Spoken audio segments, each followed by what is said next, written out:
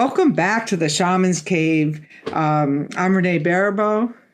And I'm Sandra Ingerman, and we have been away for a little while, and we're back with a lot of fiery passion to keep you inspired.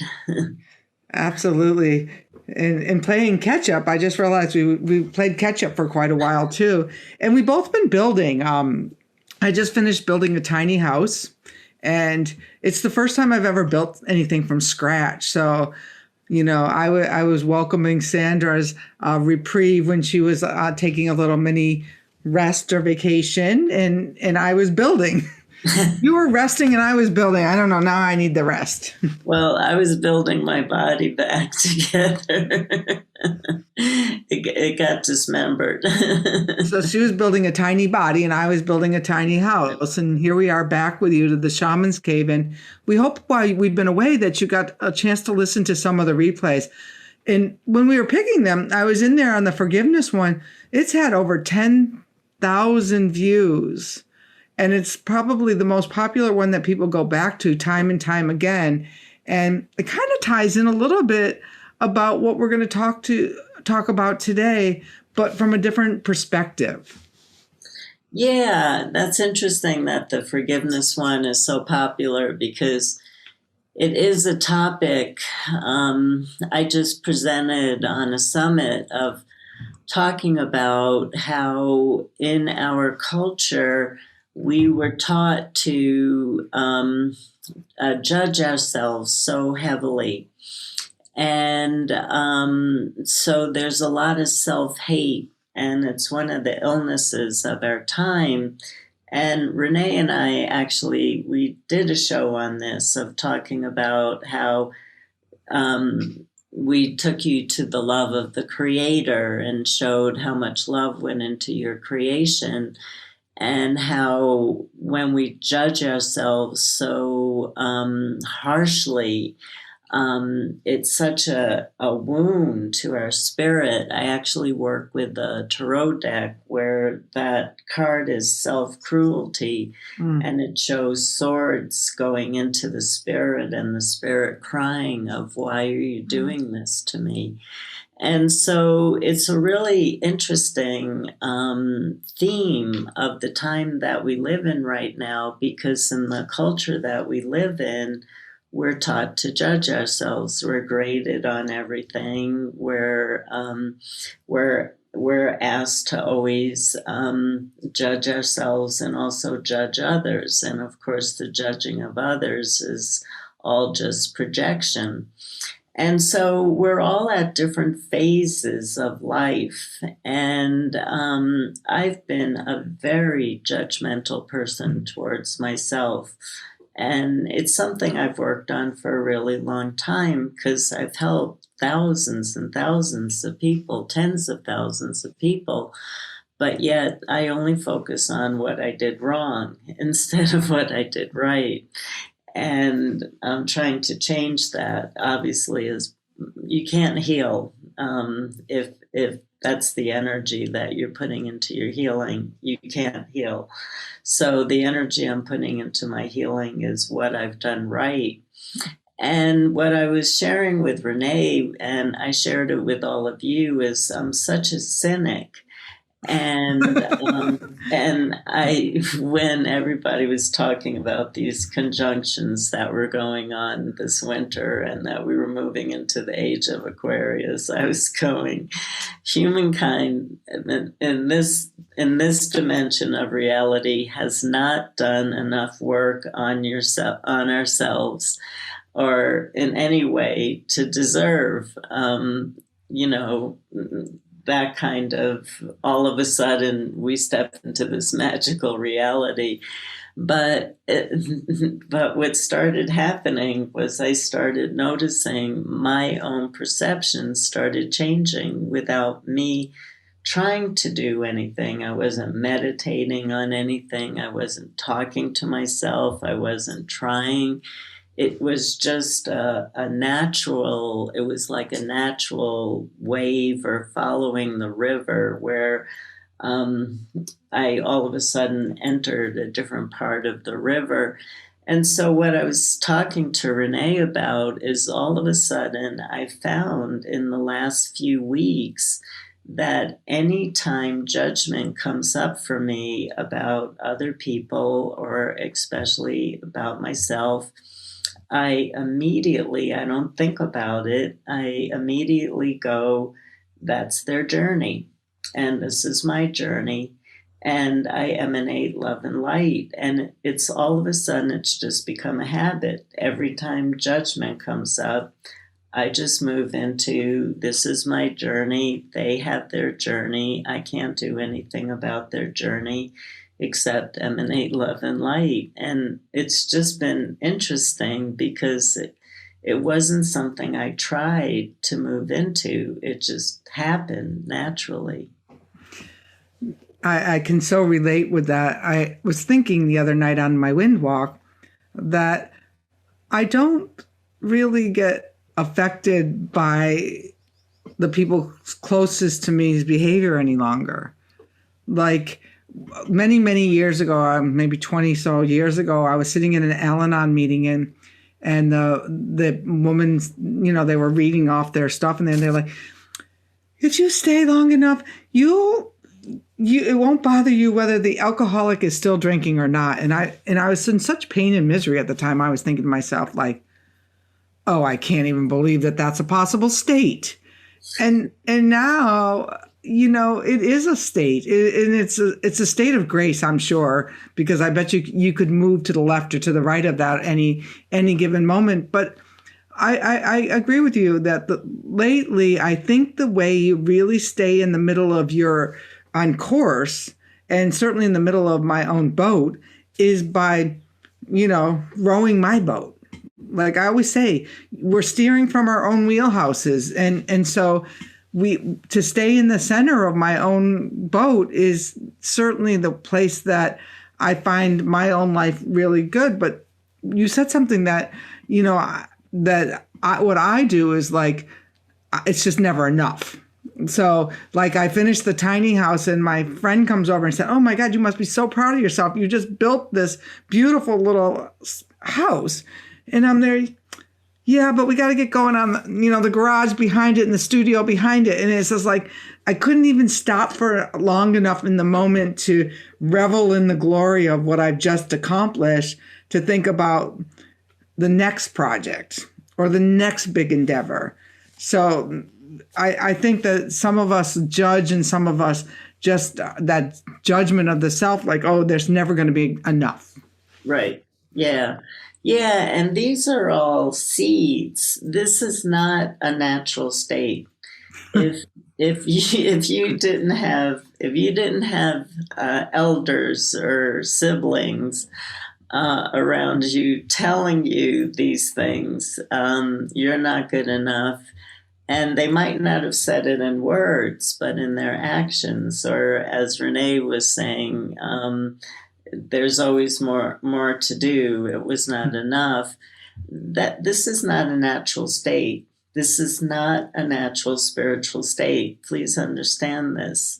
Somebody actually implanted that in you so that you're now possessed by society's way, because it's a way of controlling you. If I'm just focusing on what I'm doing, what I don't like about what I'm doing, it sculpts me into a person who is a little bit more careful sometimes about living in society and what society is asking for. I've been a rebel, a true rebel in my life, but that energy of judgment, it's a burden. It's just a burden. It's a burden that stops us from moving forward. Absolutely. It made me think of last week when I was thinking about finishing this little project, right? So I write the builder. I don't know if it was at the holiday weekend, but I just always work. So it wasn't, I wrote him about something, and it was something, that I needed for the week or something. And he said, well, we're on the way to the lake. If you have a floaty, why don't you come join us? And I'm like a floaty, the lake. And so I'm there like, this is me. Well, I'm going to get myself a floaty. And it's been like, now it's been 70 ever since, and I'm not going floating in the lake. But I'm thinking like, what a novel concept. Right. Yeah.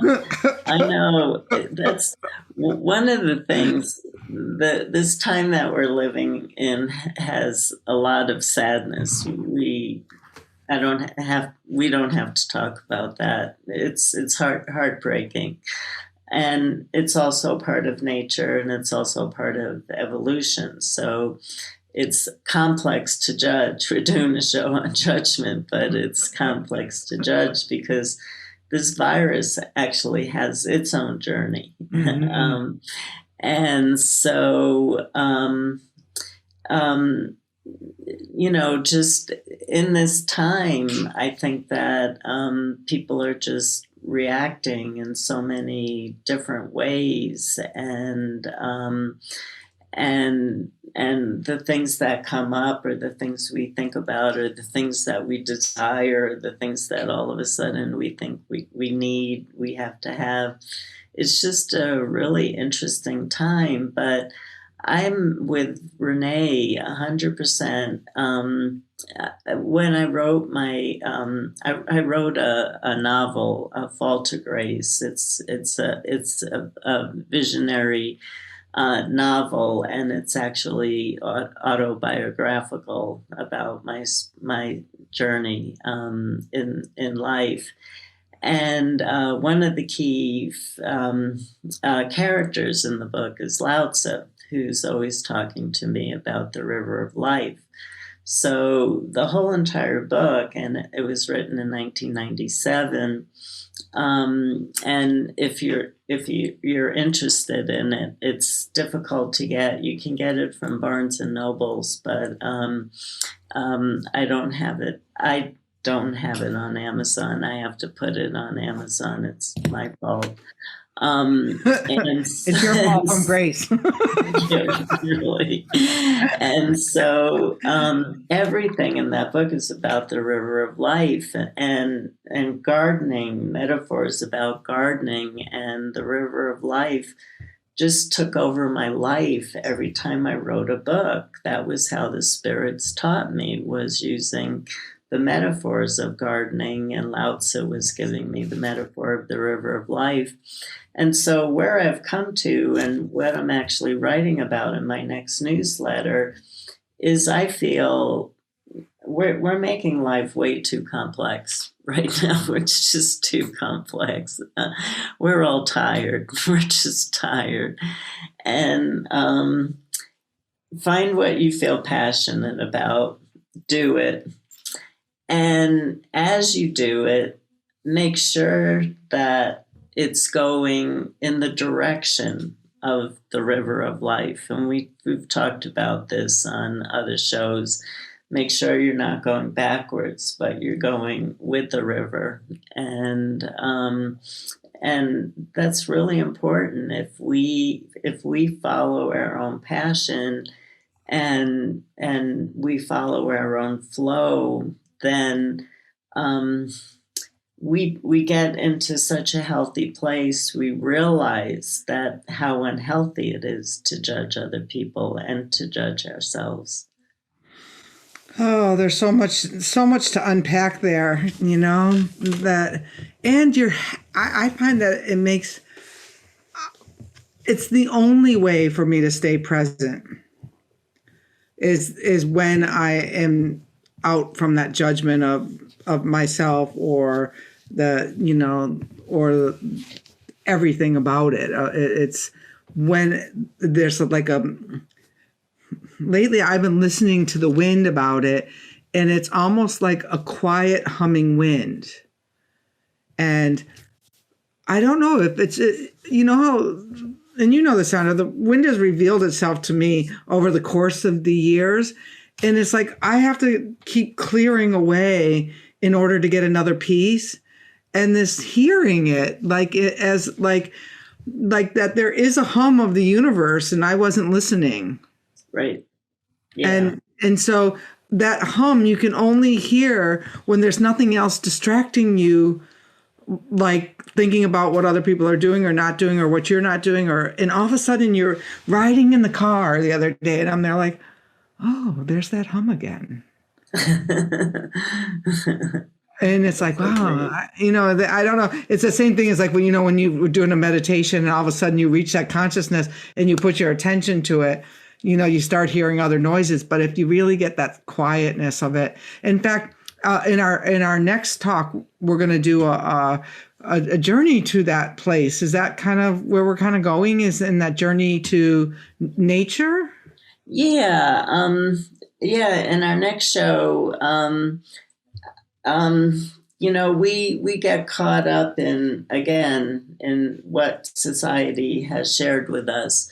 But if you lived in an indigenous culture, you would understand there's a lot more to this dimension of reality, and there's a lot of light, and there's another dimension that we can enter into. So stay with us for the next show, because we are going to travel into a dimension of reality filled with love and light. And what's interesting is we were starting off on another topic and we seem to have veered. So we're going to have a really great show coming up on anguish too. So this is our welcome back show. We're back. We love doing the show together. And what you could do if you love the show is share it with your friends. Let's double the size of our YouTube following and double the size of our listening. We have a lot of people listening, but if we double it, just think of how much more people that might live in a judgment-free world if they even open their eyes and their heart to the idea that, there's a wind blowing and I'm not hearing it.